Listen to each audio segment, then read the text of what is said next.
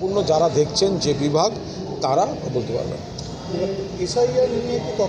SIR নিয়ে যা বলার আমাদের মমতা বন্দ্যোপাধ্যায়, আমাদের নেত্রী, আমাদের নেতা অভিষেক বন্দ্যোপাধ্যায় স্পষ্টভাবে বলে দিয়েছেন, একজন বৈধ ভোটারকেও বাদ দিতে দেওয়া হবে না, একজন বৈধ ভোটারকেও হয়রানির মুখে পড়তে দেওয়া হবে না।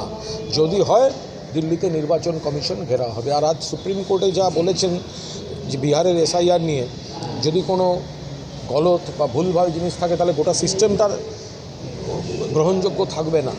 ফলে বিষয়টা সবাই নজর রাখা হচ্ছে। Thank you. না, এটা তো একাধিক জায়গায় হচ্ছে। বিজেপি মূলত এগুলো করছে যেখানে তারা ক্ষমতায় আছে, যেখানে তারা ক্ষমতায় নেই, দলগতভাবে আছে।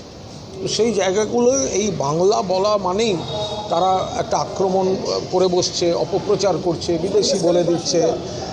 সেইগুলো আমরা তো তীব্র নিন্দা করছি এবং আমরা বারবার বলছি যে এভাবে এটা হতে পারে না, যে বাংলা বলা মানেই বাংলাদেশি। এটা তো নয়। বাংলা ভাষা পশ্চিমবঙ্গে যারা থাকি আমরা ভারতবর্ষের গর্বিত নাগরিক। আর এখানে যদি বাংলা বলা লোক অন্য রাজ্যে 22 লক্ষ চাকরি করতে গিয়ে থাকেন, সেটাও আজকে তৃণমূলের সময় নয়, যুগ যুগ ধরে আছেন, তাহলে অন্য রাজ্যেরও তো 1.5 কোটি মানুষ এখানে কাজ করছে।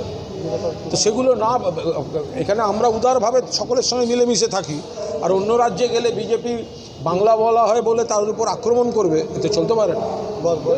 যাদবপুর বিশ্ববিদ্যালয় একটা কথা বলছি, যারা আরজি করে অভয়ার মৃত্যুর পর আমরা সবাই প্রতিবাদ করেছিলাম, কিন্তু মিডিয়ার যে অংশ কুৎসাকারীদের মুখপাত্র হয়ে উঠেছিল তাদের সেই খবরগুলো এখন দেখতে পাচ্ছি না কেন?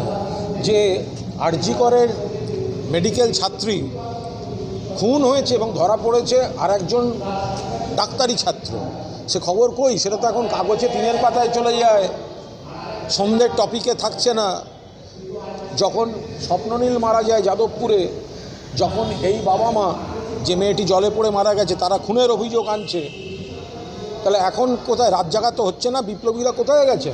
কোনো বিপ্লবী এখন সিনেমার প্রচার করতে, প্রমোশনে ব্যস্ত। কোনো বিপ্লবীকে দেখছি কাশের বনে নেচে বেড়াচ্ছে, তো তারা কোথায়? আর অভয়ার বাবা মা যে কোনো রাজনৈতিক দলের মঞ্চে অতিথি শিল্পী হয়ে ঘুরে বেড়ান, এখন তাদের মনে হচ্ছে না যে ওই বাবা মার পাশে গিয়ে দাঁড়াই? একটা মোমবাতি ঠিক আছে।